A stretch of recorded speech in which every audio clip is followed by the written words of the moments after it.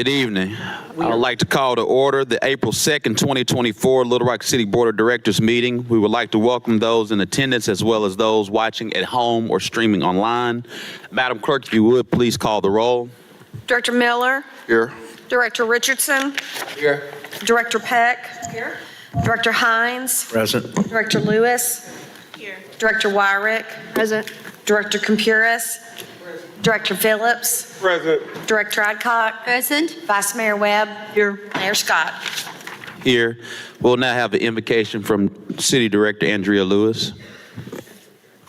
Okay. Lord, I want to thank you for giving us this opportunity today. Thank you for your many blessings. Thank you for all city employees, everyone who is involved with leadership. Ask that you continue to guide our nation and top with President all the way down to our mayor.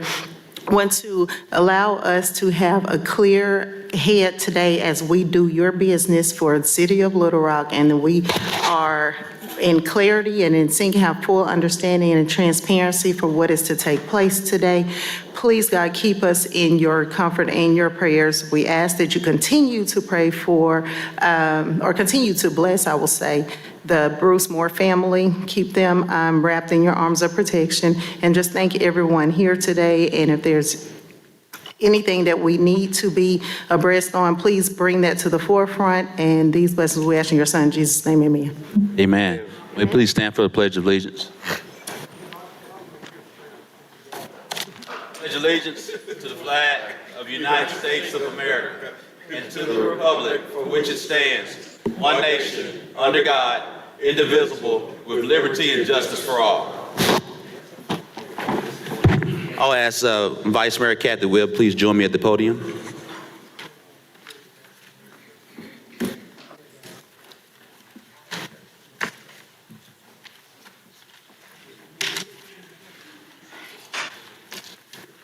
You don't want people to think, yeah, exactly.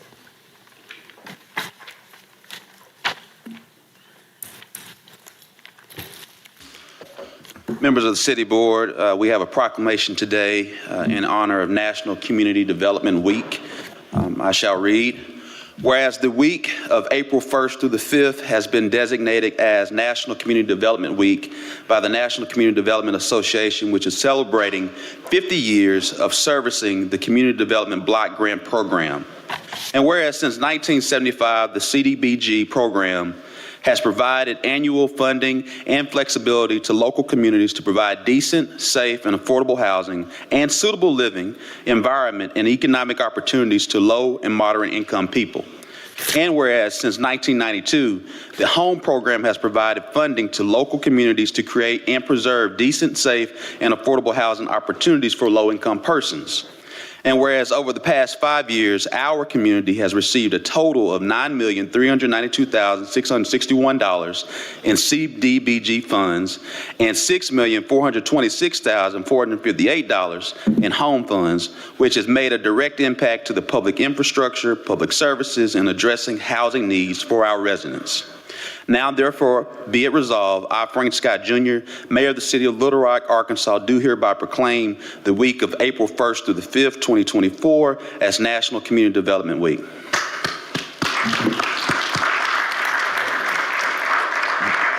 Tracy Shine and Brian Cantino, do y'all want to share any words? Yes. And we also have the HUD representative here today. Good evening, City of Little Rock. On behalf of the Secretary, Acting Secretary, Madam Adrienne Trotman, I bring greetings to you and just want to say we are glad to be in partnership here with the City of Little Rock and look forward to celebrating this week of community development program. So thank you.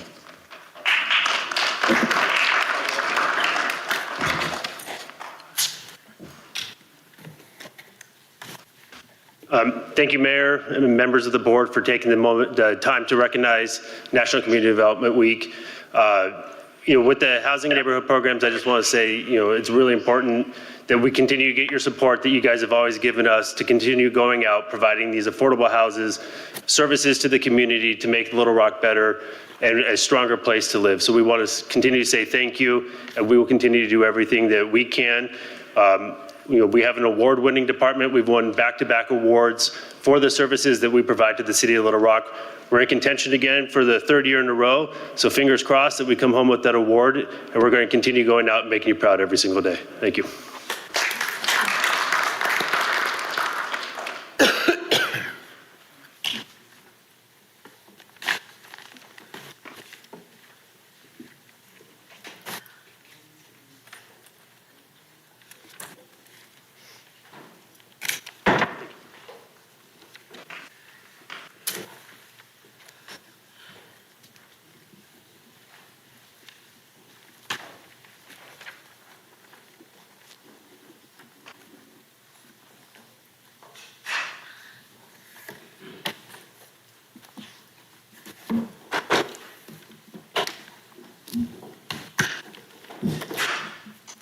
I'll now ask Director Jamie Collins to introduce the University Park Historic District update.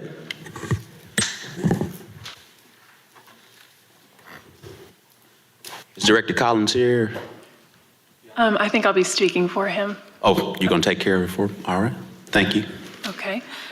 Good evening, members of the board and Mayor Scott and city staff. My name is Hannah Ratzlaff, and I'm an urban designer and historic preservation officer. And ma'am, could you speak up just a little bit louder for us? Oh, yes, absolutely. Is this better? Okay. Yes, ma'am. My name is Hannah Ratzlaff, and I'm an urban designer and historic preservation officer in our planning and development department. I wanted to take this opportunity to recognize the University Park neighborhood and its recent historic preservation and cultural heritage accomplishments. We do not typically honor the designation of a National Register Historic District in this manner, but felt that this specific designation was particularly unique and meaningful to Little Rock's recent history. The University Park Historic District, located just across 12th Street, was officially listed at the National Register of Historic Places on October 18th, 2023, with local significance related to historical events in the areas of community planning and development and Black heritage. Funded by the NPS African American Civil Rights Grant, this nomination tells the fuller story of Black heritage in Little Rock and the nation. Additionally, for its efforts, the nomination project has been recently featured as a Lead the Change case study by the National Trust for Historic Preservation. Many of the University Park residents are here tonight, and in honor of their impact and legacy, I would like to present this official National Register certificate to the neighborhood.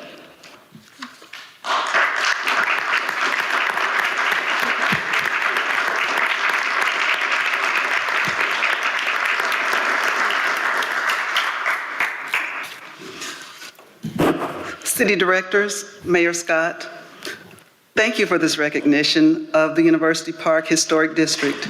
As you know, many of the history-making residents of University Park are the strong shoulders on which many of us in this room today stand. We have been fortunate to capture much of the history presented directly from the people who lived this history, and I'm so grateful that we can bestow their flowers upon them today. First, I'd like to thank Mr. Omaya Jones, who first mentioned collecting the oral history of University Park, and our history chairperson, Ms. Arma Hart.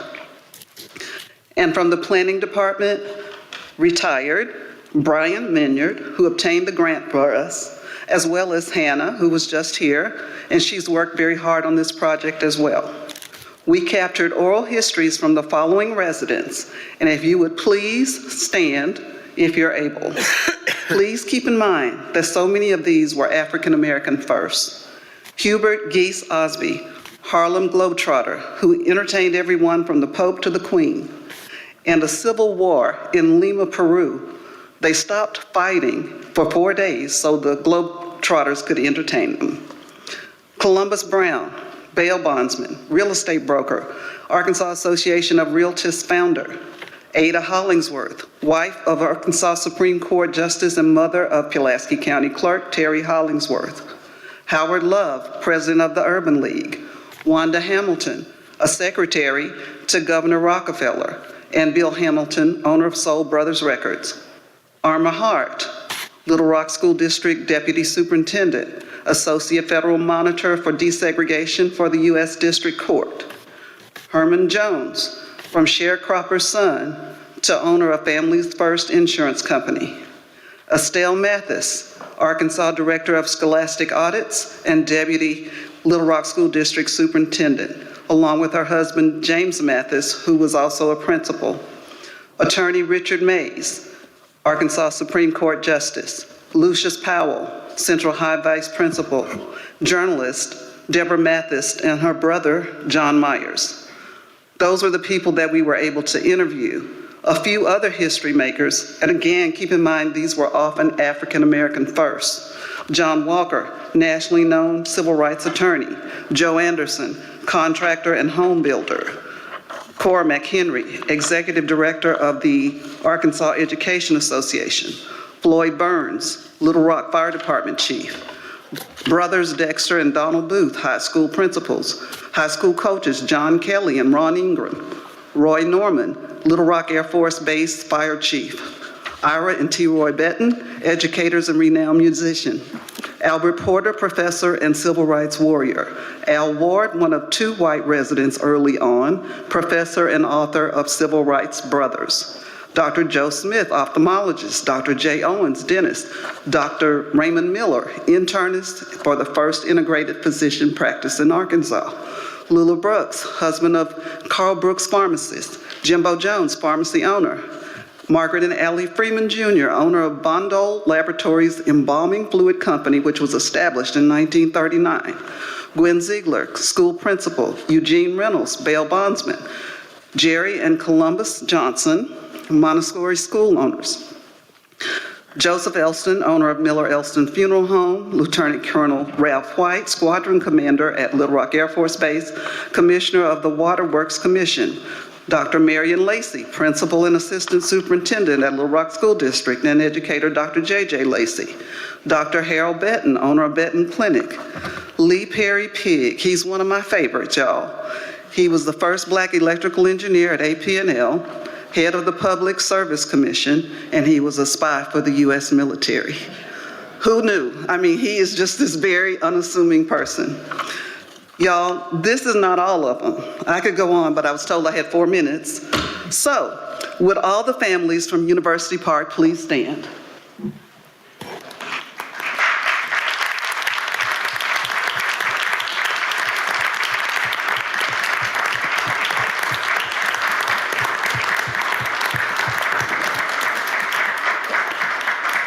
Thank you, everyone. Mayor, Director Richardson. just a quick point of personal privilege. I'd like to thank all of those who are named and those who stood up for planting the garden that I eat from daily and certainly digging the well that I drink from daily. I'd like to thank you for all the work you guys have done in the past and the sacrifice that you made that make it possible for me to sit where I'm sitting right now. So thank you for planting the garden that I eat from and digging the well that I drink from. And that includes those that weren't mentioned, Mayor, all those who stood up.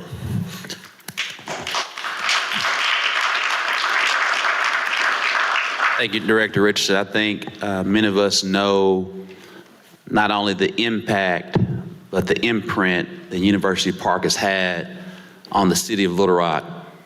Not solely just for Black residents, but whether it's with the hands of educators, the hands of businessmen and businesswomen, the hands of really just good neighbors. You all have impacted this great city. Many of us aren't in the position we are today. Without them, I know from a personal privilege that Mr. Mathis was my principal alongside Miss Marion Lacey at Horace Mann.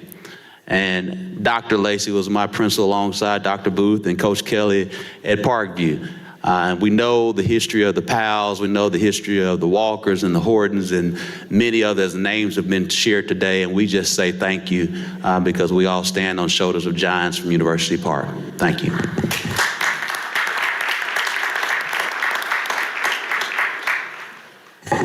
Director Hines. Yes, Mayor. I wanted to announce my intention. I consulted with City Attorney Tom Carpenter on my intention to ask for to rescind the vote we took on March 19th on item 35, planning ID Z7840-A. I met with the property owner and the applicant earlier in the week, and there was some misunderstanding about that this would be a proliferation of a fireworks stand. This is actually the existing fireworks stand that has been out there for several years, and they're just moving to a new location. So I'm going to put that as my right at being on the prevailing vote to make a motion to rescind that vote at our next meeting in April. Yes, sir. In that same vein, Director Warwick made the same announcement last week on a different vote. Do you plan on making a motion today? I'm kind of perplexed. I thought I did it last week, and it was going to be on the agenda to be rescinded tonight. I expected to see something on the agenda. Was that incorrect? Mr. Carpenter? The notice given means you need just a simple majority vote for the motion to pass. The motion would be heard tonight, and probably should be heard at this point. And if it is successful, then the actual presentation would be at the next board meeting, because we've got notice provisions we have to make sure are taken care of. Okay. So, In the same vein, what Director Hines is doing, he's making an announcement today, 2 weeks from, I guess, 2 weeks from now, he'll then do another motion, and then that'll be on it 2 weeks from then. So he's doing the exact same thing, but he's basically 4 weeks out. yeah, he's a week behind me, though. Right, she gave the notice last week. You gave it last week during the agenda meeting. Okay, so do I need to restate my motion from last Tuesday? Okay. All right, I was on the prevailing side of a planning item on Sardis Road called Songbird Edition, and I went and met with the applicant and looked at the property, looked at the site distance, which I was very concerned about. And once we went through and looked at all that, I feel like it would be a good application. And so I would like to rescind our vote, which was against his application. Second. There's a motion second. All those in favor, please say aye. Aye. All those opposed, please say nay. Ayes have it. It will be on the April 16th City Board meeting for a vote. Same thing I did last week. All right. Mayor. Vice Mayor Webb. Thank you, Mayor. I would like to bring to everyone's attention that a vote we had on February 6th, item number 25, 5131 Cantrell Road, that I would like to put on the agenda for 2 weeks from tonight to bring a motion back to rehear that. So 2 weeks from tonight, I'll make February 6th. What was that? February 26th. What was the ordinance? The ordinance was to approve or deny an action for 5131 Cantrell Road, Songbird. And this is a notice that she's going to bring this up at the next meeting to vote on, to rescind the vote. Was this a short-term rental? Was it just? Yes. Okay. Thank you. And for the board, just because.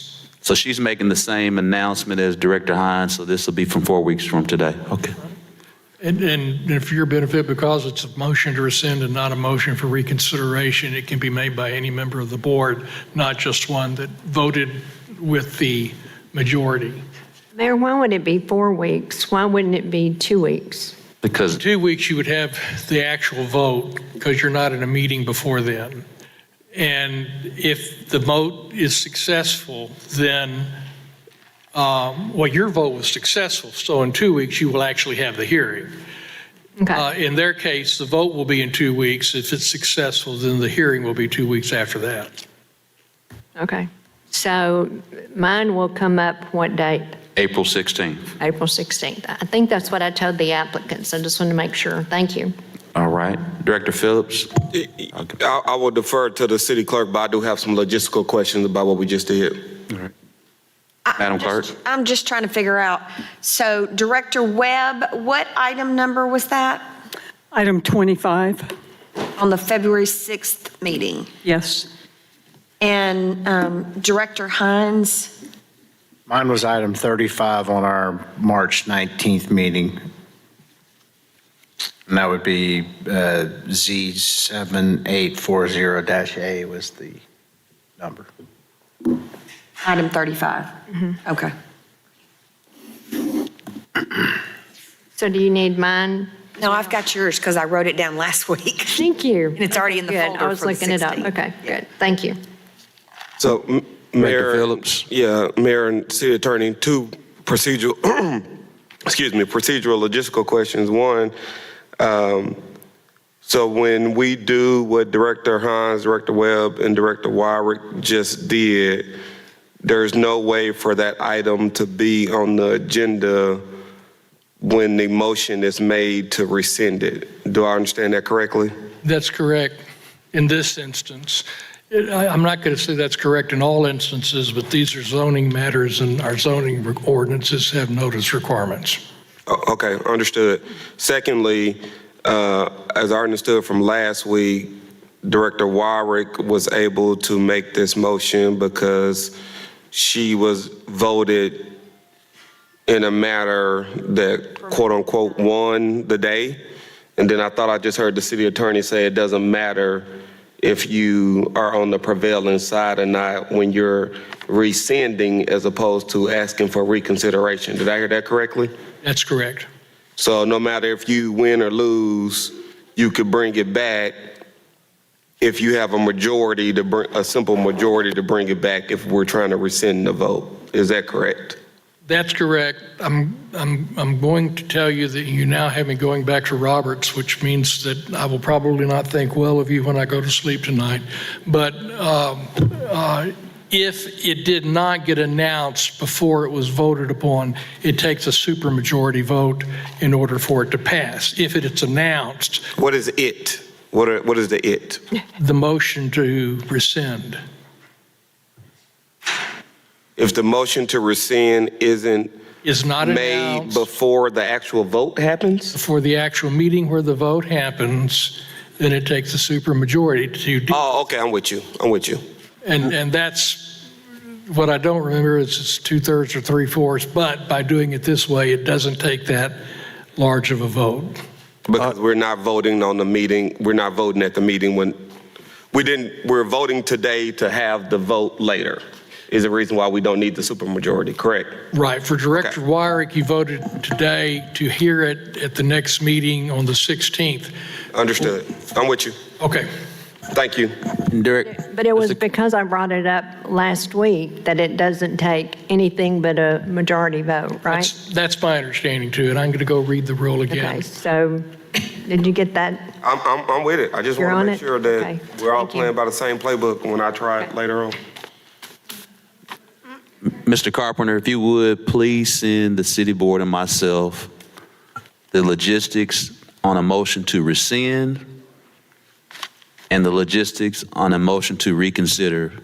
We want to make certain, and I think in situations like this, we don't want things to happen today and then 3 months from now, it changes. And not to say that it change. We sometimes have memory loss on certain things, so I want to make certain that's written as a collective for all, so we have that enshrined.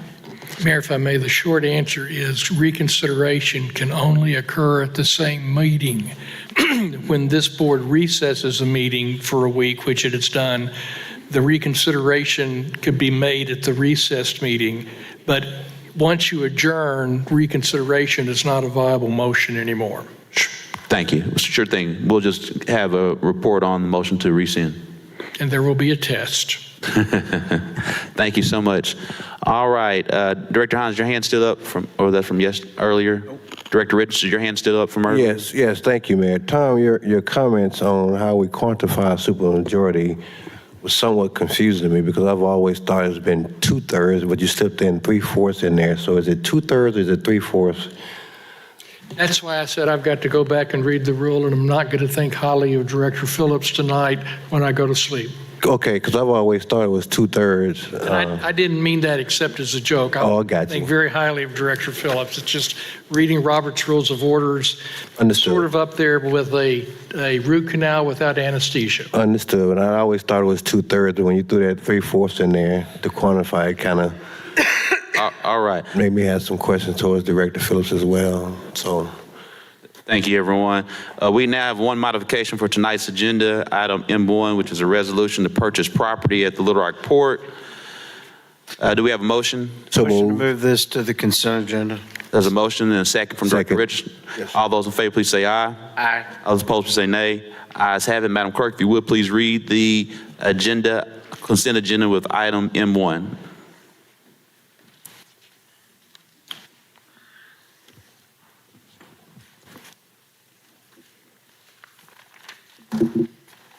Consent agenda consists of a resolution to authorize the city manager to enter into a contract with Dell Technologies in an amount not to exceed $50,036.40 plus applicable taxes and fees for the purchase of 40 Dell Optiplex Tower Plus computers for the Little Rock Fire Department and for the purposes. A resolution authorizes the city manager to enter into a contract with Jackson Brown Calumet Architects in an amount not to exceed $156,975 for architectural services to build Fire Station Number 25, located at the northeast corner of Arkansas State Highway 10 and Morgan Cemetery Road, and for the purposes, funding from the American Rescue Plan Act. A resolution to amend Little Rock, Arkansas, Resolution Number 15,711 of June the 21st, 2025, to authorize the city manager to increase the contract with FTN Associates LTD in an amount not to exceed $152,222 to provide engineering consultant services for the Little Rock landfill and for the purposes. A resolution authorizes the mayor and city clerk to execute documents necessary to accept the donation of property located at 7513 Fairfield Drive, Little Rock, Arkansas, and for other purposes. A resolution authorizes the city manager to enter into a contract with Timco Incorporated in an amount not to exceed $313,090 plus applicable taxes and fees for the purchase of one Model 600 Timco regenerative air sweeper for the Public Works Department Street Operations Division and for the purposes. A resolution authorizes the city manager to enter into a contract with Redstone Construction Group Incorporated in an amount not to exceed $219,934.17 for improvements at the City of Little Rock Vehicle Storage Facility and for the purposes. A resolution authorized the city manager to enter into a contract with Utility Associates Incorporated for a total amount not to exceed $63,000 plus applicable taxes and fees for the renewal of rocket modems for the Little Rock Police Department and for the purposes. A resolution authorized the city manager to enter into an interlocal participation agreement between the City of Little Rock, Arkansas and the National Purchasing Cooperative Buy Board and for the purposes. A resolution authorized the mayor to enter into a contract with the Jack Tyler Family LLC in amount of $50,000 plus associated closing costs for the purchase of approximately 47 acres of land for use by the Little Rock Port Authority for economic prospect recruitment and for the purposes, funding from the limited tax general obligation capital improvement bonds. A resolution authorized the mayor to enter into a contract with Blue Stem LR LLC in amount of $1,800,000 plus associated closing costs for the purchase of approximately 28 acres of land for use by the Little Rock Port Authority for economic prospect recruitment and for the purposes, funding from the limited tax general obligation capital improvement bonds. A resolution authorized the mayor and city clerk to enter into an agreement with Lexicon Incorporated or its assignee in the amount of $2,600,000 plus associated closing costs to sell approximately 5 acres of land and a 40,000 square foot building located at 7773 Sloan Drive, Little Rock, Arkansas, Pulaski County by the City of Little Rock, Arkansas for the benefit of the Little Rock Port Authority and for the purposes, funding from the limited tax general obligation capital improvement bonds. A resolution authorized the mayor to enter into a contract with Jack Tyler Family LLC in the amount of $4,350,000 plus associated closing costs for the purchase of approximately 867 acres of land for use by the Little Rock Port Authority for economic prospect recruitment and for the purposes, funding from the limited tax general obligation capital improvement bonds. That concludes the consent agenda. Move for the adoption of the consent agenda. Second. There's a motion second. All those in favor, please say aye. Aye. All those opposed, say nay. Ayes have it. We'll now go into citizen communication. Mayor. Can I ask a question first? Sure, yes, sir. And this, probably someone can explain this to me later on, but I'm confused at times when we authorize the city manager to enter into a contract, and sometimes we authorize the mayor to enter into a contract, sometimes both. Is there a reason why it's like that? Is there a dollar amount or some? No, historically, the mayor and the city clerk sign on a lot of the land deals. And then on the contracts, unless there's I don't normally exercise the power to sign contracts, and unless there's an emergency reason to do so, the city manager does that. Thanks. Been wanting to ask that Tom, is question for a long time. It is, you have to have a resolution for alienation of land Yeah. or the purchase of land. That's why the mayor will sign that one. And the manager is given general authority to sign. There are some agreements like bonds where y'all pass them. Then I and sign the them. manager to sign some things and the mayor to sign others. Yeah. You the first person in 5 years, first person ever asked to, at least since I've been here. But no, that's it. All right. Citizen communication. Mike Poe. Mr. Poe.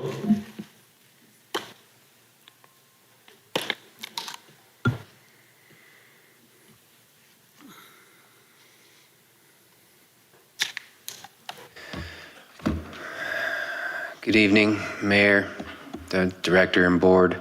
I submitted 2, so which one would this be on? You only get 3 minutes, so you'll have Got to weave them both in. Okay, you got it. So the first thing I'm here to speak about is as a homicide survivor and victim. I believe that the State Crime Lab is responsible and negligent and is a failure in the cases of so many homicides, especially the one, T.C. Edwards, that I'm a survivor of. I believe that the negligence and the mishandling, and in fact, most likely the non-handling of a ton of evidence, gun fragments, guns, DNA, GPS locations, recordings, texts, audio, video, all of these things, and yet no murder charge has been pressed. You will not hear from a detective after a few months if anybody you know is a victim of a homicide. You will not. You will never hear from them again. What you will get is a cold case detective, and I'm grateful for Tommy Hudson, for he was there when we needed him. But Detective Quattlebaum, although I appreciate his service as retired cold case Detective Quattlebaum, has been unavailable or returned any messages in probably about 6 months. And I have a witness who wants to talk to him about hearing the suspect's father confess that he apologizes for his son's murder. I believe that that is egregious, and I believe that it is ethically wrong that the 2 heads, the executive director, Kermit Channel, and the second director, Cindy Moran, were released. They were walked out by a ward of the governor because of their just egregious misuse of public authority. It is unethical what they're doing. Number 2, I'm here on behalf of the van. I have been a volunteer for them for well more than a decade, but over the past year I've become the warehouse manager, and I've gone from working there part-time to working there more full-time since my very good friend Aaron has been recently hit by a semi, but I promise you that it is not even as hard as he was hit by the city hall taking his friends' homes, their cover, people who don't have legs, and destroying the places where they slept, and leveling the trees and bulldozing the spaces where they humbly tried to find a place to rest. There is not one shelter in town that is handicap accessible. Not one. This entire city, when it comes to the unsheltered crisis, is absolutely deplorable. I'm embarrassed. And I was so proud during the emergency. I'm so grateful for everyone that came together in that partnership during the emergency. Mr. Moore, and I hope we can again. Mr. Moore, the time is up. Thank you very much for your time. Thank you.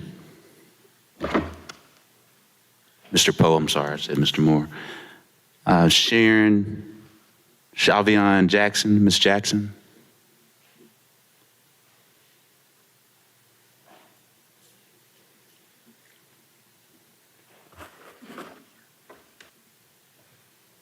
Good evening to the mayor and to the Little Rock City Board. My name is Sharon Jackson, a member of the Arkansas Community Organization and a resident of the Southwest Little Rock community.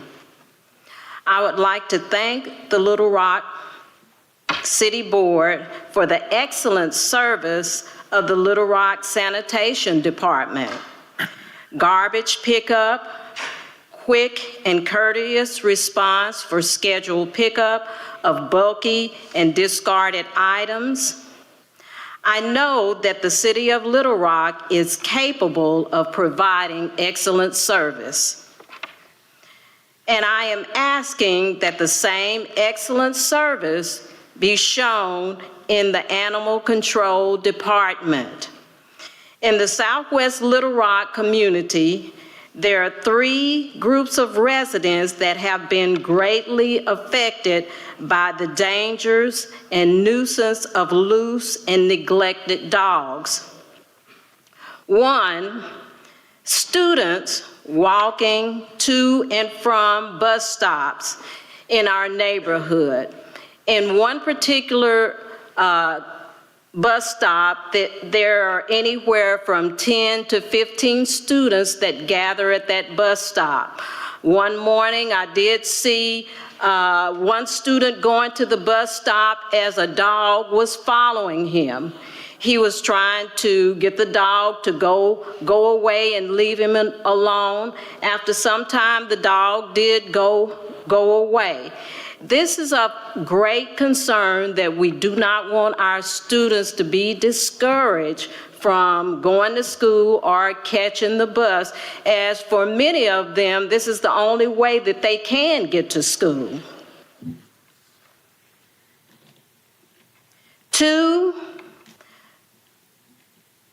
walking in the neighborhood, older residents and residents just walking in the neighborhood for exercise or recreation.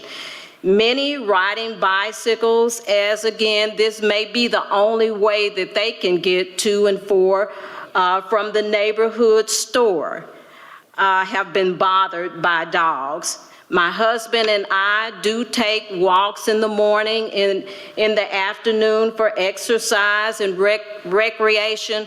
I have turned around on occasions because there were loose dogs in the neighborhood.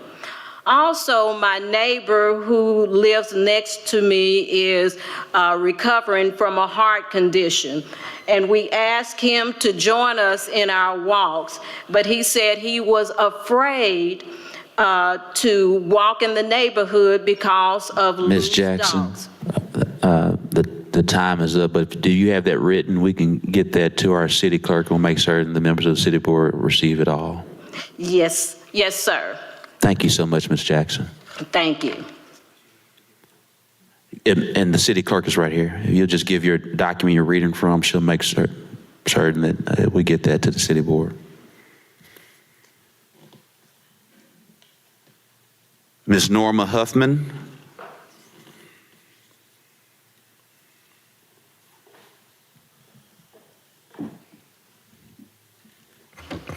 So the neighborhood she was actually talking about is my neighborhood.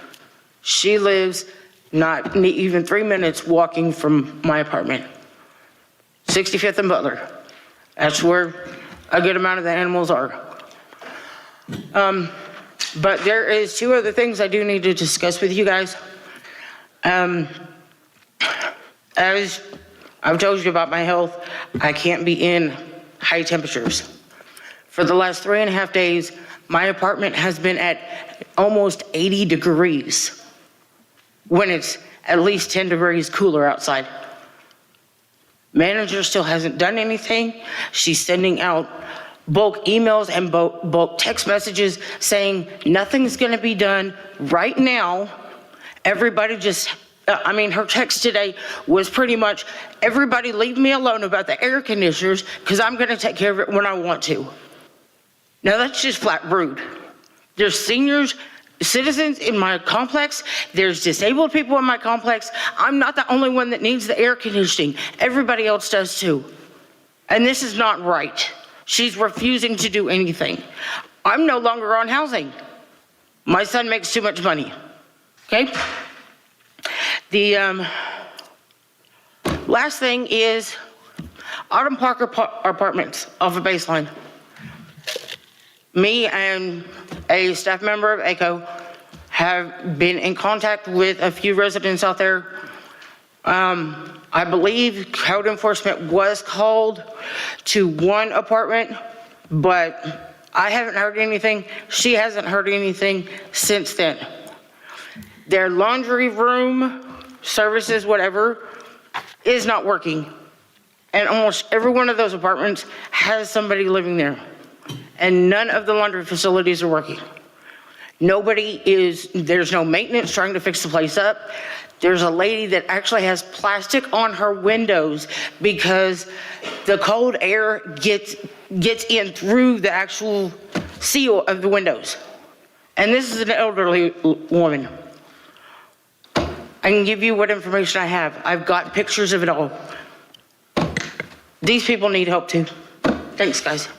Thank you, Ms. Huffman.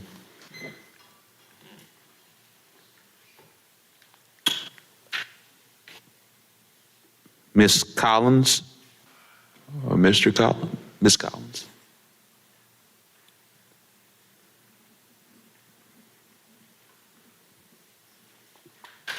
Great evening, Mayor and the City Board. I come from the Goodwill Neighborhood Association, and my name is Aja Collins.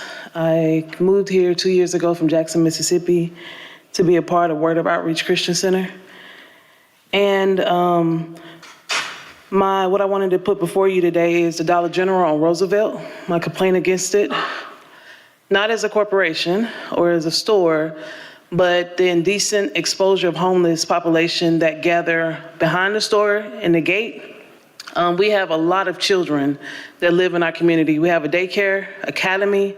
Those children frequent the store for visiting for morning hours, for lunchtime, and not just our community of children, but other communities that visit the store. And what those children have gone to the store to be able to see the homeless population pulling their clothes down right on the lawn, in front of the store, on the store sidewalk, right behind the store to use the bathroom. Not only are they seeing them use the bathroom in decent exposure, but they're also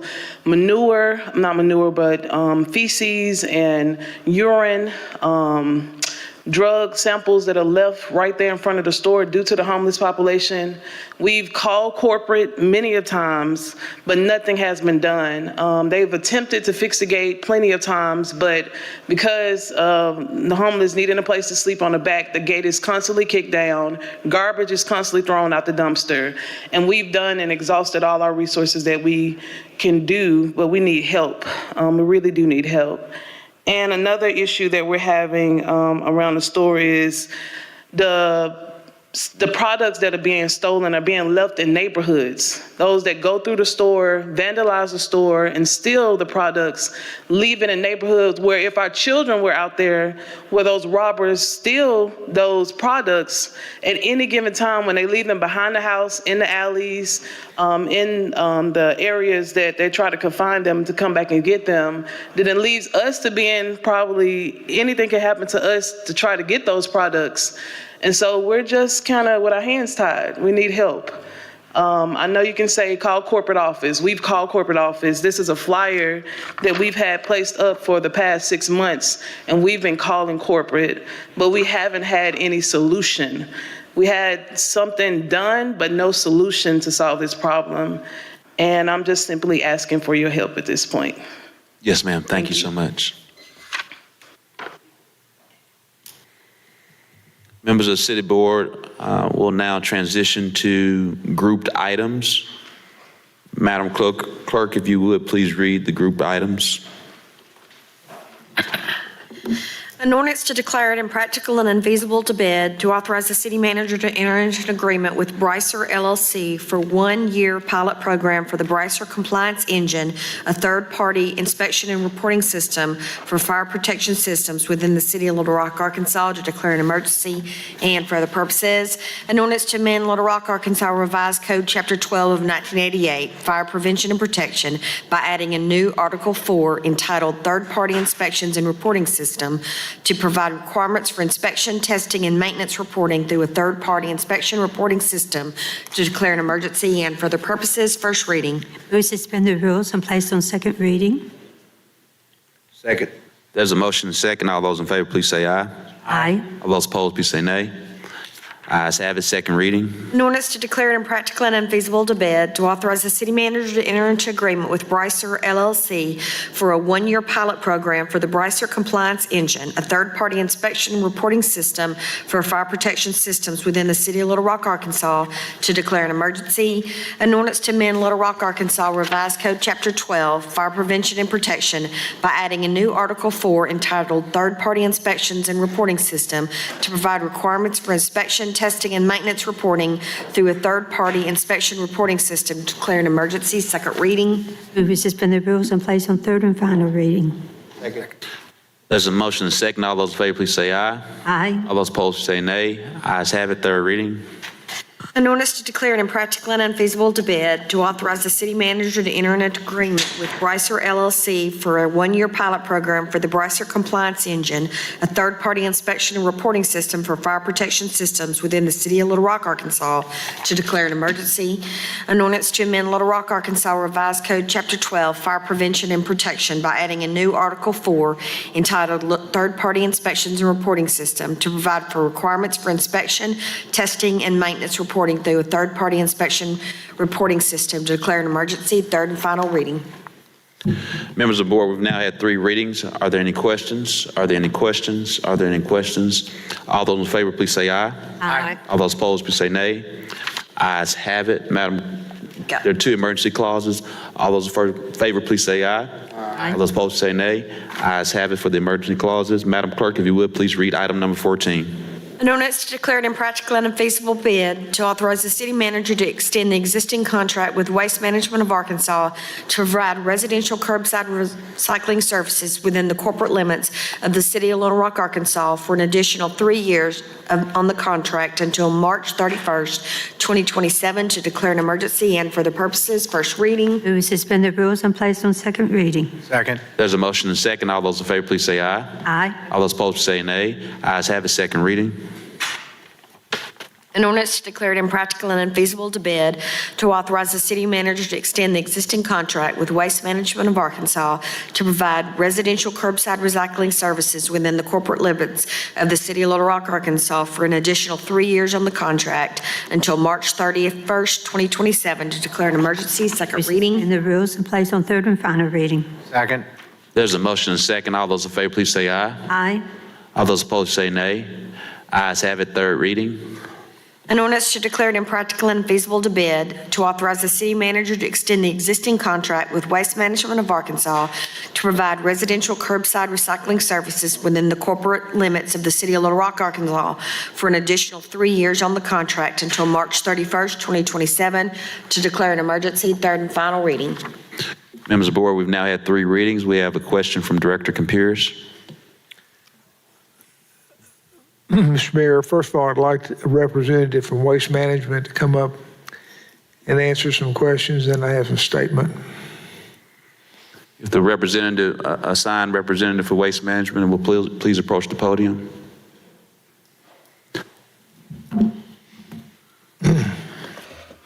Good evening. I am Jamie Vernon with Waste Management, Mayor, Vice Mayor, Directors. Thank you for having us. I have a presentation that you have in your packet, and I'm happy to answer any questions you may have. We don't have it. I don't have a packet. Oh, I'm sorry. We don't have anything in our packet. Okay, yeah. We got an email. It was, Emily, you want to share? It was sent to the members of the board on Friday. Oh, my apologies. That one, not today. like. Director Capers, do you have a question or? Yes, I do. I've got a number of questions. First of all, can you tell us the equipment that you plan to buy? I'm sorry, the equipment for what that's in place? Can you tell us and describe the equipment that you plan to purchase? Yes, sir. One of the things, or a couple of the things we've had to purchase, we've worked with a group called CP Group. They're a company based in the United States. And three of the things that we plan to install are a glass breaker that will have a 3-roller system that will be installed on the front of our system, the front of the line at the MRF. It will break the glass that comes through. The glass will fall through the glass breaking system, and then it will go through a screen. And that screen will then drop the glass through that and collect the materials that come through there. And the materials that come through there will be sent to a vacuum system. And that vacuum system will catch the papers and the small plastics, and then allow the heavies or the glasses to fall through, and then shifting the papers and the plastics back into the regular stream. It's a system that we have in multiple MRFs across our marketplace, including Raleigh. And I do have some glass from our Raleigh MRF, if anybody would like to look at that as well. It's an extremely clean glass, and it's much cleaner than what we have currently. We currently hand collect our glass off our sorting line. And then when will the equipment be available? The equipment will be available in 10 to 12 weeks. It has gone back and forth, but we've been able to lean on the CP Group a little bit, and we'll have that no later than 10 to 12 weeks. And then the installation process will happen in 2 to 3 days, preferably start late Friday afternoon and then be completed on Sunday evening and have limited downtime. Well, let me just give you a couple thoughts and then make a statement for my fellow board members. First of all, I'm going to vote for this, so you can relax, and I'm not going to beat you up like we did 3 years ago to Mr. Witherly. Thanks, sir. When this came up last Tuesday, I asked for two things. I asked for the name of the equipment, and I asked for a third-party verification that the equipment worked. I still don't have a third-party verification that it works. Emily? There was a memo that went out on Friday, and it had the full presentation from Waste Management and also a letter, and Jamie can say who that letter's from. That's not what I asked for, though. Okay. A third-party verification, if you're in medicine, is that someone else, not in the industry, makes that determination. So I got this information Friday at 4 o'clock. I asked for it 4 o'clock or 5 o'clock Tuesday. This is the weekend before Easter. I called CP Group in California and talked to some nice lady out there who thought I was the dumbest human in the world because I wanted to talk about a glass breaker and a glass cleaner, and I wanted to get some information. And she referred me to someone and put me away, and then I've never heard from them again. I also got the letter that was in there from Paul Garris, who works for SMI, which is Strategic Materials Incorporated. And I left him a message, and luckily, he called back Monday morning. And he was extraordinarily informative about what was going on. I think he says that he has the biggest glass processing company in the United States. Is that right? That is correct. Yes, sir. And he went through the process of glass breaking and cleaning and what happens, and talked about how it worked and why it worked and why it was important. He also talked about why the equipment that y'all presented 3 years ago didn't work and didn't provide what we said was going to happen. I talked to John, and basically the cost of doing this, I think, is 50 cents a household a month, right, for the glass? Yes, sir. Close. And then I had a conference call with y'all after that, and y'all answered a number of questions. And I'm satisfied that what y'all want to do is the right thing to do for this community. And I think the cost is right. Here are my objections, and I want you to be able to answer this honestly and tell me.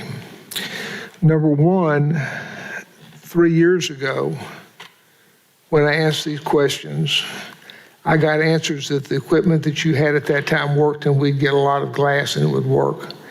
And basically I had to spend time, and I found articles that said basically it doesn't work because you didn't have the CPE glass cleaner and glass washer that you have now.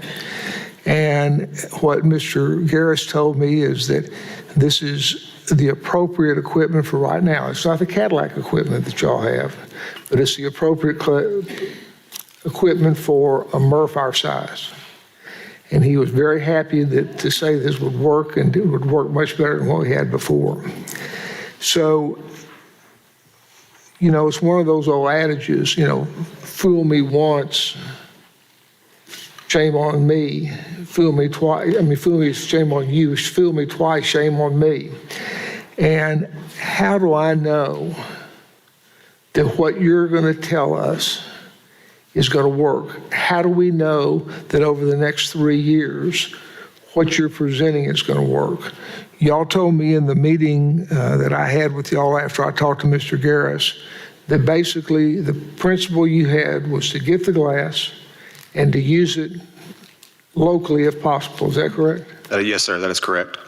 And then one of you said, and I can't remember because I'm such an idiot, I couldn't get on the call y'all had to see who was talking. But basically you said that you wanted to be transparent and offered some things about how to do that. So I want you to tell me, to assure me that I can assure people that what happened 3 years ago isn't going to happen again. And I have to tell you, it is a little suspicious to ask for something on a Tuesday and get it at 4 o'clock before Easter, and then I have to make a decision on Tuesday. And if Mr. Garris hadn't called me back Monday morning, I'd be making a motion to put this off for 2 weeks so we could find out what was really going on. So those are my questions. And I want you to reassure me and the citizens of this community that what y'all have right now is going to be material, the equipment that's going to work and work for the long time, and that you're going to present us with information in some sort of manner that I know and everybody knows that this isn't working in 3 years from now. Whoever's here doesn't have to start all over. Sure, and I'm happy to. And I can't speak to 3 years ago. I wasn't here. I've been here for 2 years. But what I can speak to is within the people that I have spoke to WM, and with your questioning and some of the questions from the Solid Waste District on making sure that we are doing what we're supposed to. I've learned more about glass than I ever cared to learn. I'm sure same for you at this point. Actually, my Easter was taking up learning about glass, which really didn't make me very happy. So that's I understand. One of the things we're going to do is in previous reporting, we've provided contamination rates, and in the last year, we began providing a by city contamination rate, so the cities individually can see what they're doing.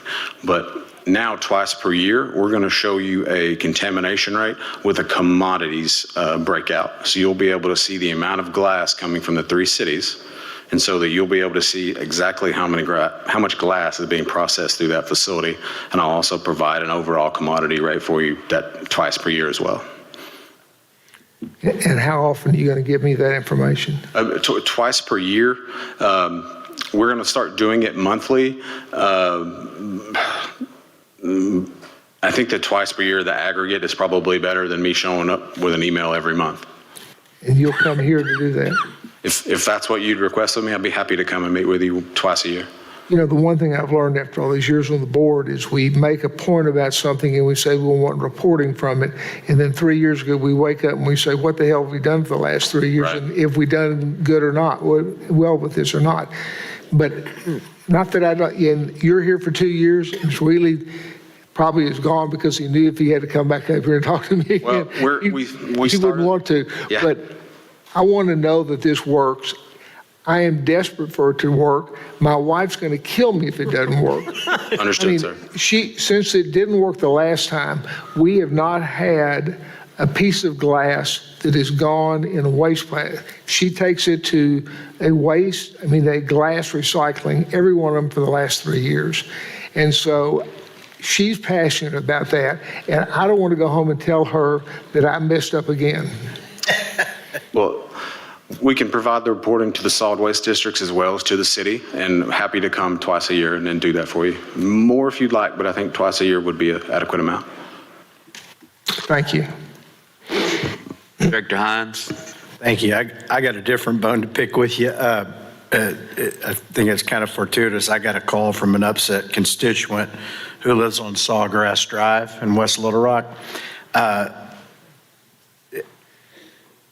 He and I both have had different experiences with recycling pickup. I think he's on the alternating Monday, but evidently he says you guys consistently miss his address, and I'll give you his specific address, but he says the whole street gets missed on a rather regular basis, and when he calls and complains, it's, we've had equipment issues. My experience on my pickups is if I don't have it out at my curb by 7 o'clock, so I just put it out the night before. You guys are Johnny. I guess I must be the first street you guys pick up in West Little Rock on that Monday because y'all are rolling through at fairly early, almost too early sometimes I think. But if you would get me a report on that Sawgrass Drive, and if you'll come up here, I'll give you the actual address and the constituent's phone number. So it might go a long way. For customer service for you guys to reach out with them or somebody else and make happy to taking good care of them. Because as he did remind me, this is not something that the city gives us for free. Our residents pay for this service. So I just want to bring it to your attention. Thank you. Happy to discuss that. Director Peck? Thank you.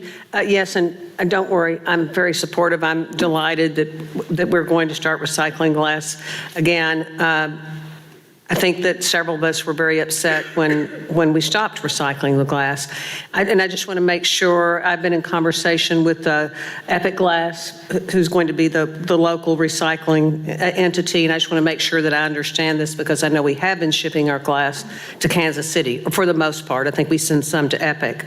So is there a commitment to send the glass to Epic under the same terms that we send it to the out-of-state vendor? I know that Epic will pay to ship the glass from the waste management's facility to their facility. I know they've got the capacity to process more than 100,000 tons, which is way more than we expect to collect. And I also want to know about the reporting system and the contamination rates, how often we'll get that information. And lastly, the education piece. I believe I was told that Waste Management had committed to expend approximately $5,000 a month to educate our local citizens on how to recycle better. Sure. Yes, Director. We're going to commit to keeping the glass local, and then being an Arkansan, grew up in this area, lived in Little Rock for a number of years. I want to make sure that we're promoting economic development in Central Arkansas on the whole as a state, and from other areas as well. So anytime we can keep something local, I want to make sure that we take advantage of that. That is the absolute correct answer. You get an A+. Oh, thank you. I appreciate that. On the reporting, please. On the reporting piece, I believe we send our weekly and monthly reports to sustainability, and I'll check on that. I'll have to get back to you on exactly who it goes to, but happy to share some of those as requested. On the recycling education piece, in our contract, we do provide $5,000 a month for the recycle education, and that can be requested by any of the 3 cities. We do a lot with the solid waste district and the city's representatives on that board, and that goes for a lot of things. One of the things it goes to is the calendar that goes out every year that people seem to really take advantage of. We're also going to work on WM provided content for social media channels for the city of Little Rock and the other 2 cities as well. direct mailers to the residents to notify them, traditional media press releases, and then the solid waste district, or the recycle district has a planned glass outreach program for later in the year that we're going to help with. And then we're gonna try to hit all of the various media channels, because I know that not one age group typically utilizes one more than the other. So we want to make sure that we reach out to all the various generations and ages. And don't forget the schools, because kids teach parents about recycling. So I think the schools will be a great source of. I agree. Yes, ma'am. Thank you. Director Wyrick? Thank you, Mayor.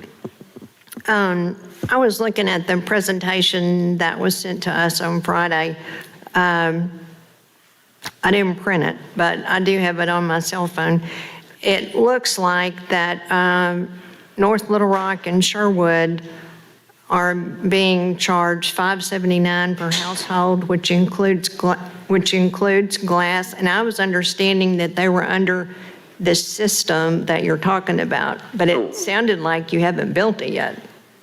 So that's correct. So the updated system that'll be put in place on the front end of the line will be here in about 10 to 12 weeks and installed.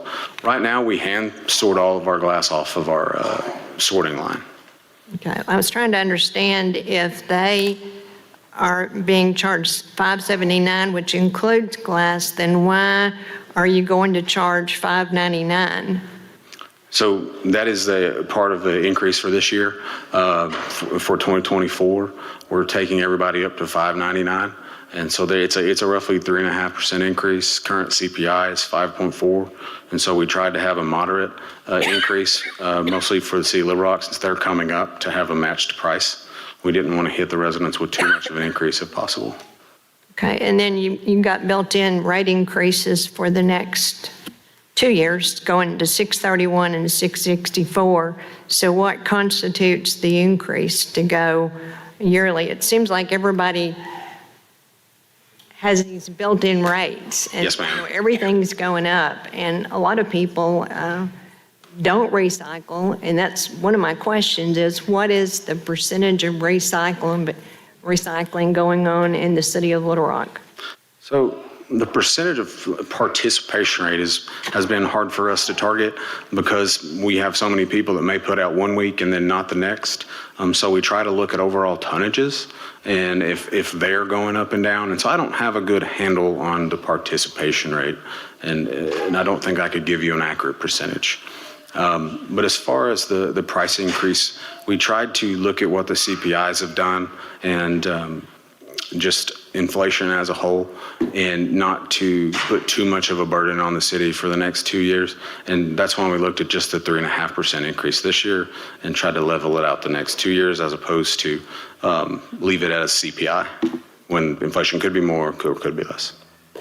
Well, this means that if this is passed, then everybody in the city, whether they recycle or not, will pay these rates, $5.99, $6.31, and $6.64. And I drive around in Southwest Little Rock a lot, and I don't see that many recyclable carts that are out there. Do you have any idea in regards to Southwest Little Rock? I don't. I'm sorry. I wish I had a number for you, but I don't have an idea of the percentage, and specifically Southwest. Okay. I know you talked about the education piece. Cappy asked the question about that. I drive by containers that have obviously not things that should be recycled. What do you do in cases like that where you have people that are abusing the system and not putting things in there the way that they should? Do you remove the carts, or how do you deal with that? So we don't actually remove the carts. We try to have our drivers tag the carts when they see contamination. Obviously, we need to do a better job of it, and that's something we coach our drivers on. But we try to do targeted areas as well, and so we have some days we'll do a campaign with a secondary driver, and he'll tag carts. But after, I believe it is 2 or 3 contamination events, the city pulls the recycle cart. I have to. The city does the John, pulling but I of believe the that's cart. correct. I'm sorry? The city does the pulling of the cart. Do you get a report from the city in regards to that? Yeah, I'm not sure. I think John could maybe answer that question better than I could with regard to pulling a contaminated cart. Sorry, Mr. Honeywell.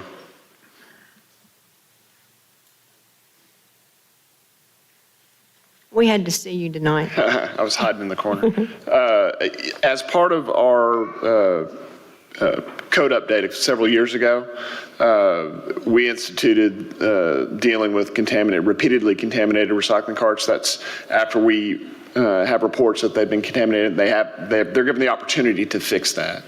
If it's not fixed and it continues to be contaminated, the city will go out and remove the cart. When we do that, we remove it for a year. Or that resident can come pay a $50 penalty to get their cart back if they choose to do We're that. talking about the recycle. The recycle cart, yes, ma'am. And so how do you get notification that they're not acting right? How do we get it? Yeah. Either through reports from them that there's contaminated carts where they provide us a list of locations that are contaminated, or we get reports through 311 or various other people calling us to let us know that there's carts that have issues that aren't being. John, do you have any idea how many people are recycling in the city? Just sort of like Jamie said, I don't know an exact percentage. We can try and work with them on trying to get a better grasp of that, but I think it depends. Are you wanting numbers that recycle continuously every opportunity that they have, or just recycle Just in general? in the path to recycle, whether they do it once a month or every 2 weeks, or We can work on trying to put a number together for you. just numbers of households that appear to be recycling. Sure. We can try to get you some number of participation in a broader sense. Thank you. You're welcome. Director Phillips. Director Rao, were you finished? I suppose so. Thank you. Okay. Thank you, Mayor. One question to follow up on Director Wyrie's point about education and potential contamination.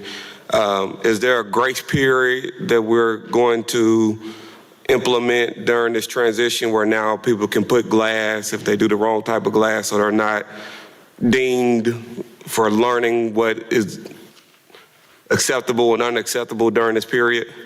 We'll allow glass to be put into the stream, because one thing I can tell you is a little bit of glass comes through.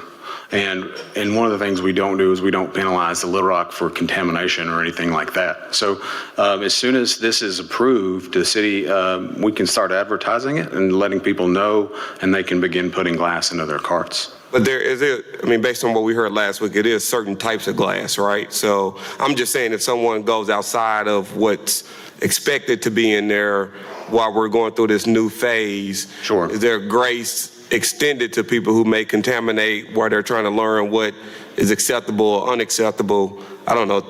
Yeah, I think 2 months, a month, whatever, just to ensure that people are not penalized as they learn what we're doing that's different as it relates to glass recycling. Sure, I think that's something that we can definitely do. Most glasses are acceptable outside of some of your like hard kitchen glasses and commercial glasses. But so we'd be happy to sort of put a grace period on any type of contamination penalty. I think that would be helpful for our residents. I'm not saying do it forever. I understand you got a job to do and you got to run your business the way you see fit. But as we transition, I would request that we have some sort of grace period during that process, during your education time as well. I appreciate you. Thank you, Mayor. Thank you. Director Capierce, your hand back up. Director Capierce. Take it down. All right, I think we've had all the questions. All those in favor, please say aye. Aye. All those opposed, please say nay. Ayes have it. We officially have Emergency clause, Mayor. the emergency clause. All those in favor, please say aye. Aye. All those opposed, please say nay. Ayes have it. We officially have glass back for every resident here in the city of Little Rock. Thank you. Thank you so much. Big day for sustainability. Madam Clerk, if you would, please read item number 15 for the first time. An ordinance to approve a plan and zoning development, establish a plan development commercial titled Daladier STR2 PDC located at 906 North Polk Street, Little Rock, Arkansas, amending the official zoning map of the city of Little Rock, Arkansas, and for the purposes first reading. Move to suspend the rules and place on second reading. Second. There's a motion and a second. All those in favor, please say aye. Aye. All those opposed say nay. Ayes have it, second reading. An ordinance to approve a plan zoning development, establish a plan development commercial titled Daladier STR2 PDC located at 906 North Polk Street, second reading. Motion to suspend the rules and place on third reading. Second. There's a motion and a second. All those in favor, please say aye. Aye. All those opposed say nay. Ayes have it, third reading. An ordinance to approve a plan zoning development, establish a plan development commercial titled Daladier STR2 PDC located at 906 North Polk Street, third and final reading. Members of the board, we have 2 cards for, several cards against. We'll start with the 4. Allison Jenkins. Mayor, you need to open the public hearing. Public hearing is open. Allison Jenkins.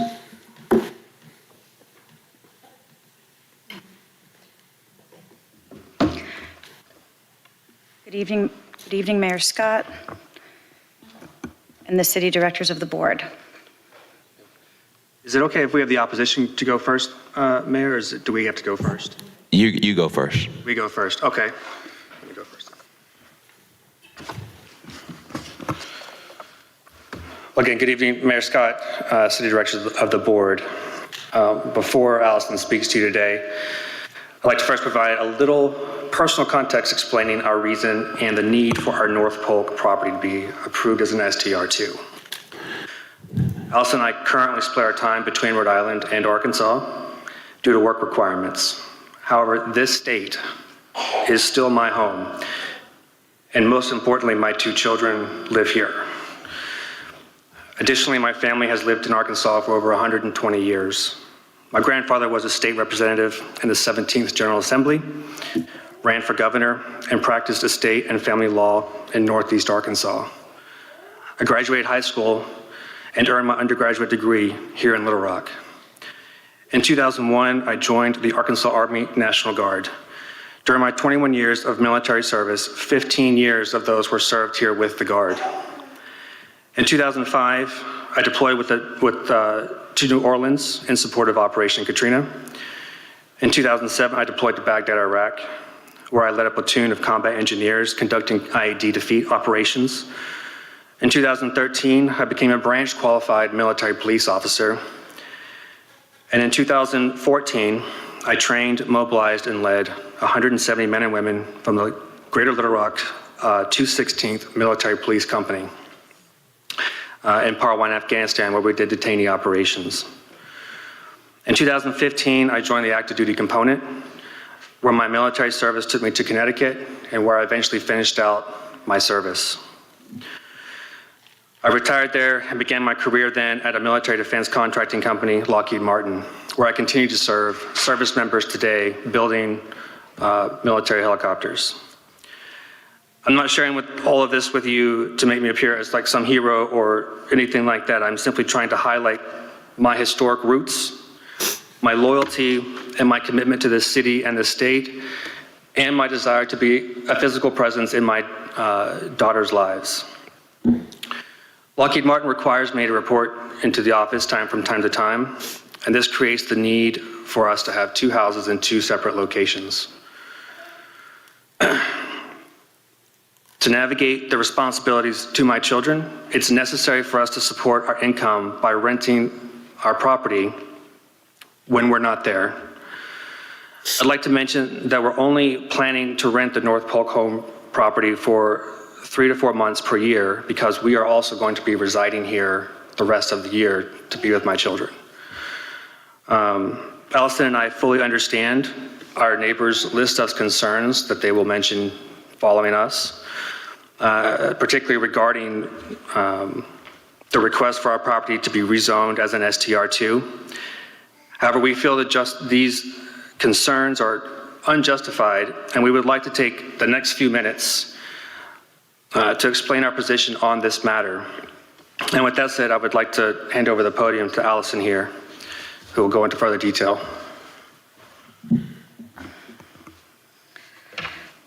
Hello again. Let's see. Although we do agree with our neighbors that safety should be a key factor when considering living in any location, we would like to outline to the board the 6 most important steps that we have taken to mitigate risks. Number 1. Bring your mic. Oh, push it down. Oh, sorry. Is that better? Okay. Number 1, we do not allow instant bookings. All guests must be vetted through a detailed conversation with us before they are allowed to book. Gathering additional information affords us the opportunity to make responsible decisions on who we allow in our family home. Sports fans, anyone under 27 years old, wedding parties, or anything close to that nature will not be allowed. All guests must provide a valid government photo-issued ID, phone number, and email address. Short-term rental platforms, such as Airbnb, run background checks on individuals, and these are the only guests we will approve. If guests do not meet these criteria, we will deny their booking request without exception. Any additional family members who accompany these guests must also meet these same criteria. Number 2, we have installed security cameras around the perimeter of our property with 24/7 live feeds that are linked directly to our cell phones. In addition to providing security, the cameras allow us to interact with guests and verify the members in their group prior to allowing them into our home.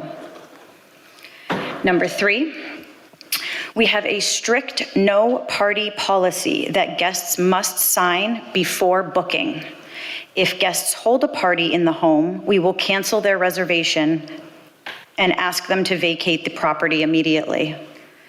We have an Airbnb-approved noise detection device in the home that acts as an additional safety net in the unlikely event that guests become unruly or somehow manage to host an unauthorized party on the property.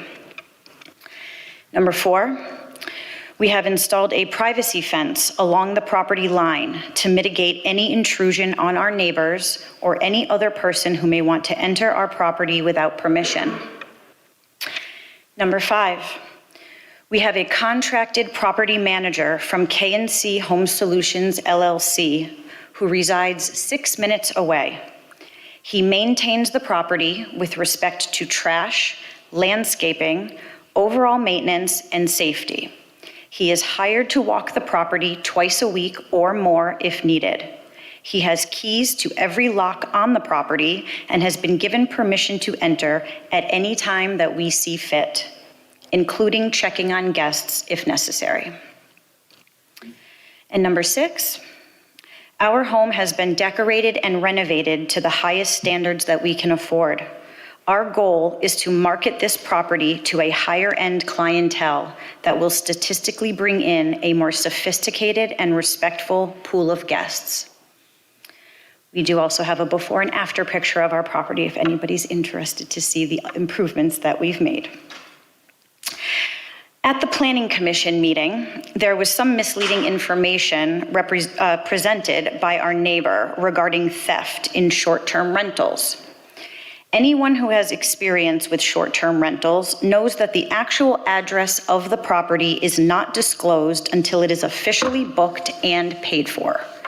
This means that the public has no knowledge of when the property is booked or where it's located. Before purchasing our home, we traveled to Little Rock extensively to spend time with the girls. Each time we traveled, we stayed in an Airbnb. These types of rentals gave us the opportunity to spend real time as a family together in a neighborhood setting. It was our ability to rent these houses that gave us the assurance that Hillcrest was the right place for us and the kids. Obviously, the city agrees with us that these types of properties promote growth in the community and the opportunity for Little Rock to flourish. When people can experience what it is really like to live here, they will be more inclined to purchase property and contribute to the economy. I do not see how it would draw in criminals the way that our neighbors, the Fords, have previously proposed. My final statement regarding safety addresses the children attending the Holy Souls School, which is adjacent to our property. We have spoken to the Little Rock Police Department and the officer who maintains physical control of the children from the moment they are dropped off to the moment they are picked up. They have informed us that the children are never out of sight of the uniformed officer. I'd like to mention that this also provides additional security to those of us who live in the neighborhood. The school's playground is on top of a 20-foot embankment with a 10-foot chain-linked fence that surrounds the entire property. Again, the children are always supervised by teachers and uniformed police officers. The school does not provide buses, so there are never children wandering the streets of our neighborhood looking for their bus. They are dropped off and picked up by a parent or guardian in a secure and organized manner. We understand that risk can never be eliminated, but with the above precautions put in place by the Little Rock Police Department and the school, we feel the risk to the community and specifically to the children are fully mitigated. I'd like to speak a little now on our rights as members of our community. It is our right as owners of this property, under the ordinance laid out by the City of Little Rock, to conduct a short-term rental if we choose. We have followed every rule, paid every fee, and contacted every neighbor. As we speak, there are many unauthorized short-term rentals that have not followed the legal process outlined by the city, and they have not been shut down. We feel this is unfair. Our request is completely appropriate for the area. The City of Little Rock is allowing 500 short-term rentals, and the city has currently approved roughly 65. There does not seem to be a reason at this stage why we should not be allowed to have a short-term rental property. So far in this process, we have been opposed by only one of the 17 property owners within the required 200 feet of our property line. To my knowledge, we have at least 3 households, plus a member of the Planning Commission, Joshua Baxter, who was gracious enough to be here with us tonight, who have written letters of support to all of you on the board and the mayor's office.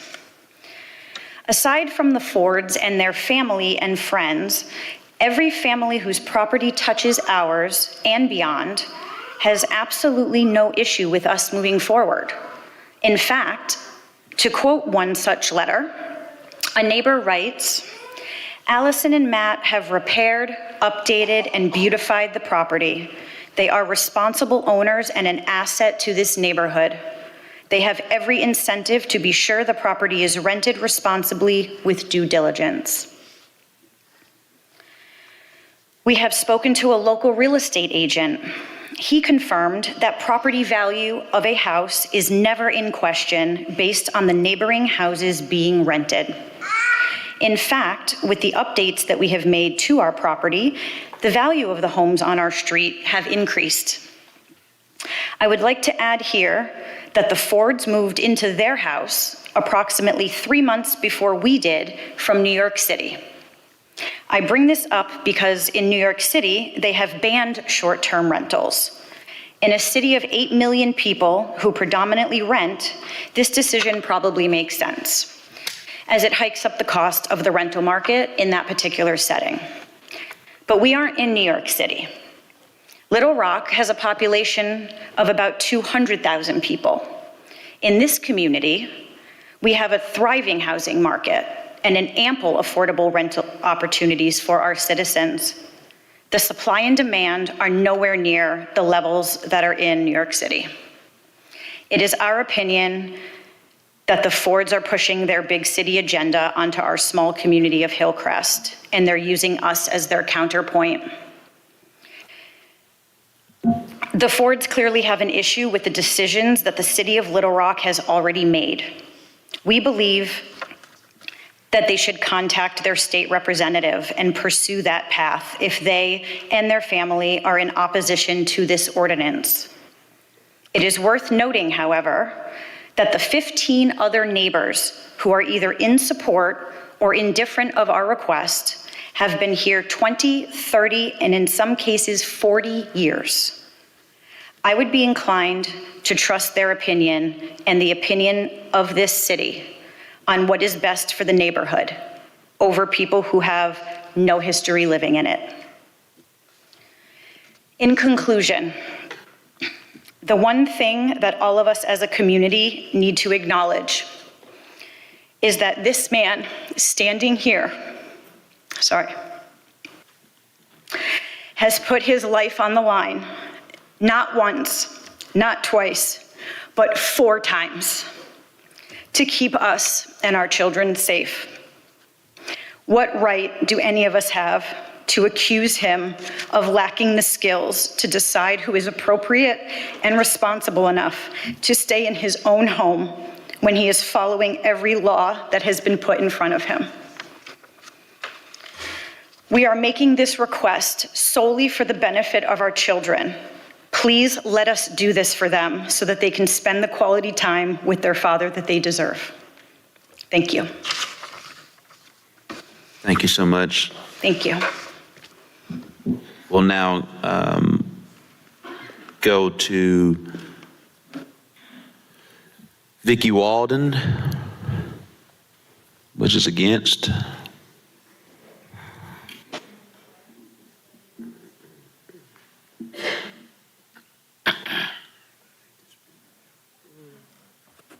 Hello.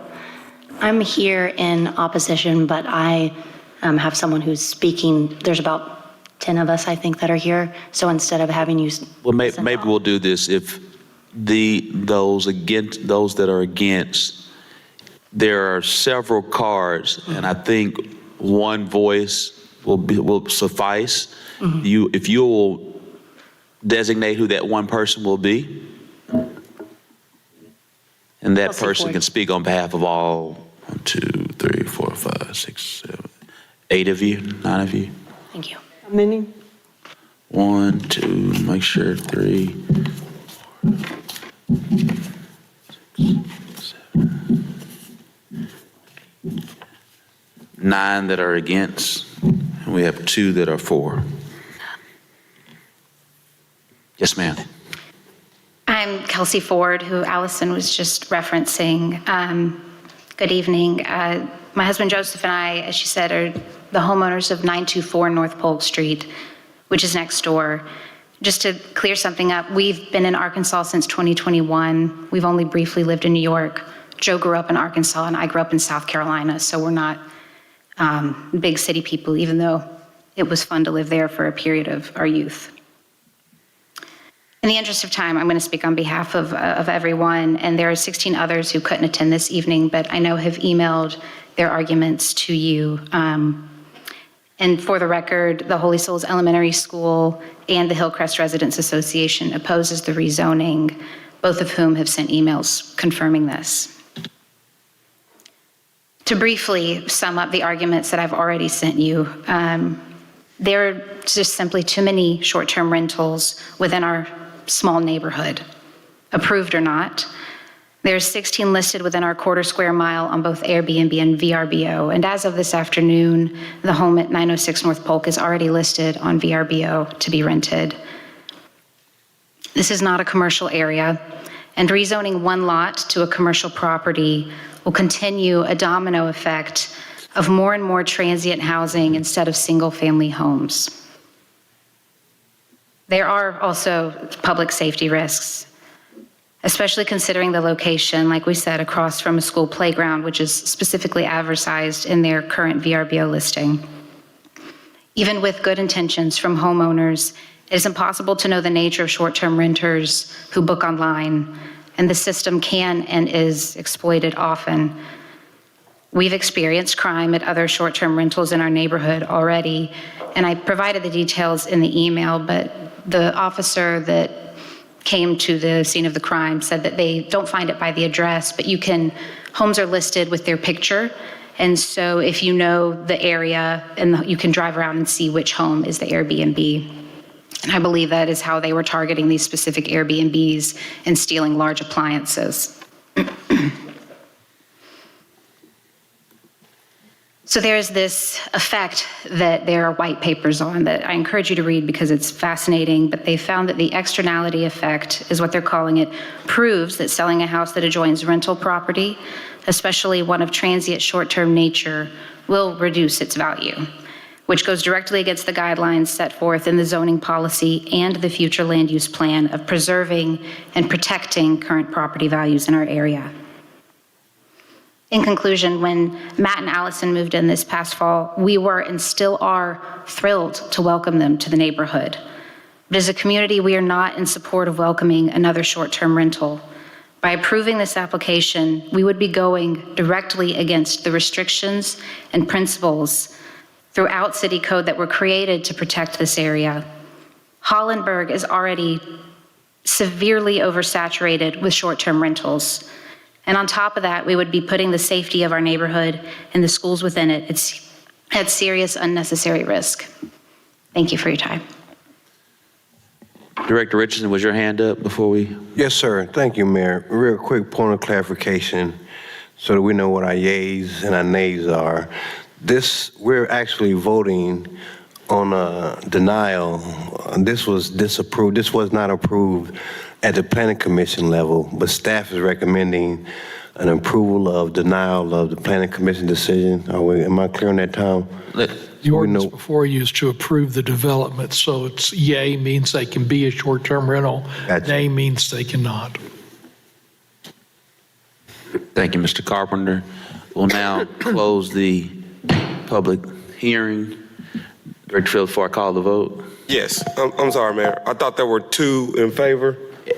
The two people that spoke? There was two people that Okay. spoke. I had a follow-up question for them and then one for, I guess, Director Collins or whoever's here on his behalf. This is a very specific question. In our write-up, it listed that you would rent it out when you are in town, but I heard you say that you will not rent it out when you are in town. So I just want to make sure we're clear on what your intentions are when you are in town. When we are in town, we live there full-time with our children, so we won't be renting it out. Okay, I'm just saying the information we got said that you would rent out the bottom and live upstairs or something. We did consider that at the beginning of this whole process, but as we've come along, we decided that we don't want to do that. Understood. Okay. Is there an opportunity for me to just ask a question at this time? You can always ask a question, but we probably won't. You go ahead. Okay. We haven't gotten a clear answer from officials that we've asked, but we were encouraged to focus on the 17 neighbors that are within the 200-foot radius of our property, and that those neighbors are able to support or oppose us. None of the people that have ballots over there are in our neighborhood. So I don't. Within 200 feet. Oh. Hey, let's have some decorum, everyone. Okay, so, okay, 200 feet. 200 feet, sorry. We don't know if, although they're in our neighborhood, if they aren't within the 200-foot parameter, are we supposed to be considering their opinion, or are we supposed to be focusing strictly on the 17 neighbors that are in the required parameter based on the ordinance? The statutory requirement for notice and the ordinance requirement is the 200 feet.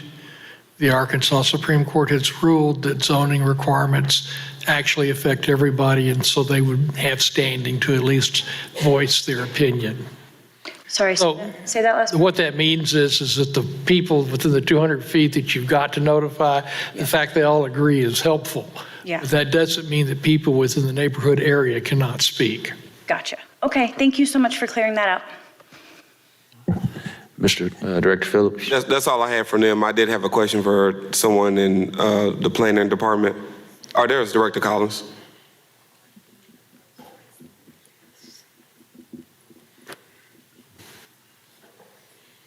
And Director Collins, this is a general question, not well, maybe related to this one, but generally.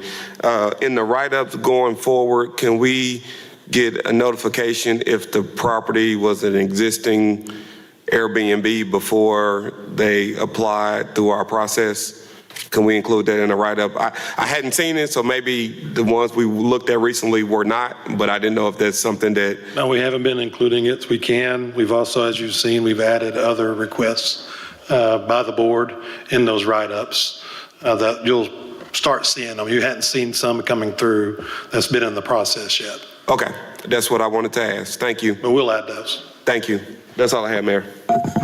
Madam Clerk. I was just going to say, I've already worked on the agenda for the 16th, and all those board communications have notation in there, whether they were previously an Airbnb. Oh, perfect. All right, thank you. Thank you, Director Collins. You're doing work that you didn't even know you did. All those in favor, please say aye. All those opposed, please say nay. Nay. Nays have it. Item fails. Madam Clerk, if you would, please read item number 16 for the first time. An ordinance to approve a plan zoning development, establish a plan development commercial titled Jensen 2 STR2 PDC located at 1219 Maryland Drive, Little Rock, Arkansas, amending the official zoning map of the city of Little Rock, Arkansas, and for the purposes, first reading. Suspend the rules and place on second reading. Second.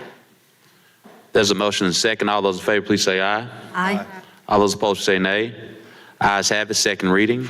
An ordinance to approve a plan zoning development, establish a plan development commercial titled Jensen 2 STR2 PDC located at 1219 Maryland Drive, second reading. Suspend the rules and place on third and final reading. Second. There's a motion and a second. All those in favor, please say aye. Aye. All those opposed, say nay. Ayes have it. Third reading.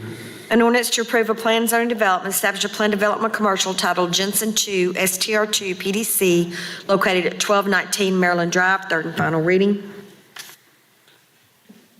We'll now open up the hearing. Members of the board, we've had three readings, and we'll now open up the hearing. Any question from you? Any question from you? Any question from you? Well, we do have 2 4s. Andrew Jensen, if you'll please approach. And Okay. No. All right. Good evening, Mayor Scott and Little Rock Board of Directors. My name is Andrew Jensen, and I'm the agent of the application Z9902, which is an STR2 rezoning application for, as stated, 1219 Marlin Drive. My wife, Emily, and I are part owners and operators of this short-term rental we call the Retreat at Marlin. We live less than 10 minutes away, and we visit the property regularly to check on things. We have a doorbell camera to keep an eye on the coming and goings of our guests, as well as just make sure that the rules are followed.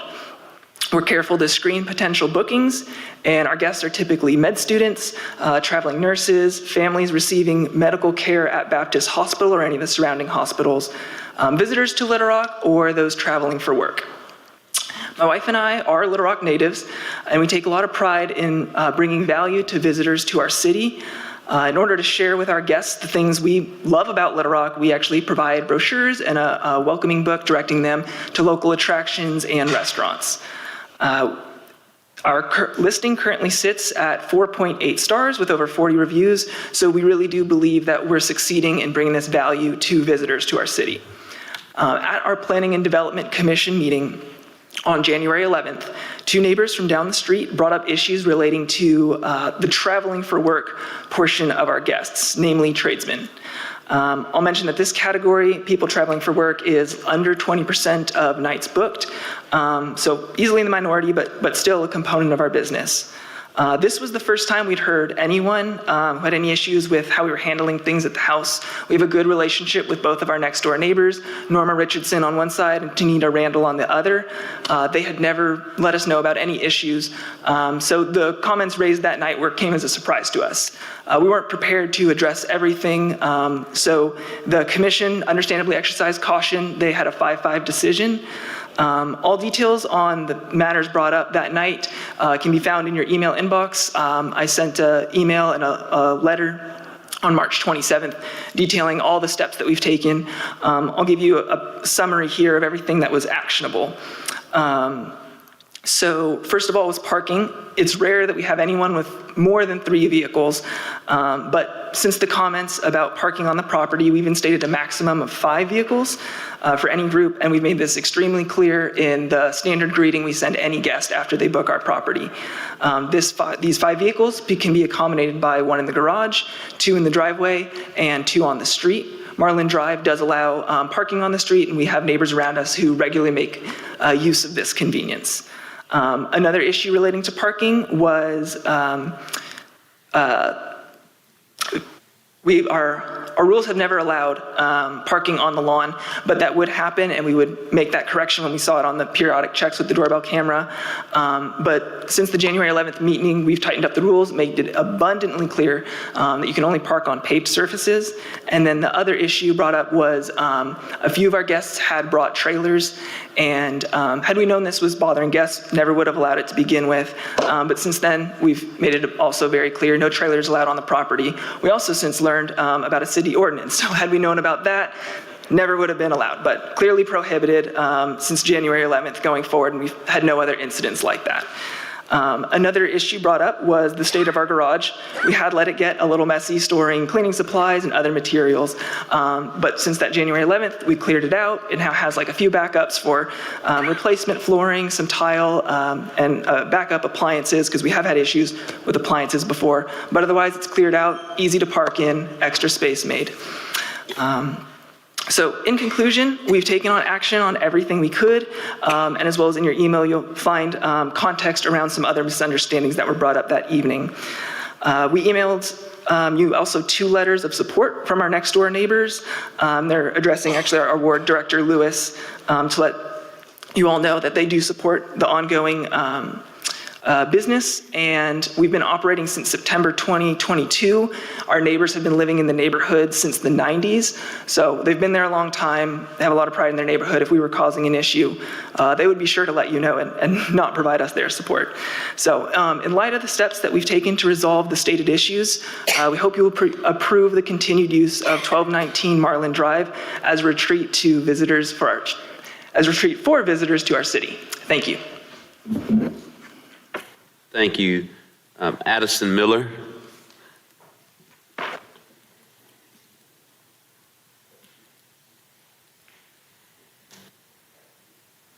Good evening, Mayor and Little Rock Board of Directors. My card was more so just to answer any questions that our opposition or you guys may have. All right, thank you. Thank you. And did not receive any questions from members of the board. This hearing is closed. All those in favor, please say aye. Aye. All those opposed, please say nay. Aye. Ayes have it. Can we now have a motion to enter to executive session? So moved. Second. Motion second. All those in favor, please say aye. All those opposed, say nay. Ayes have it. We'll now recess into executive session.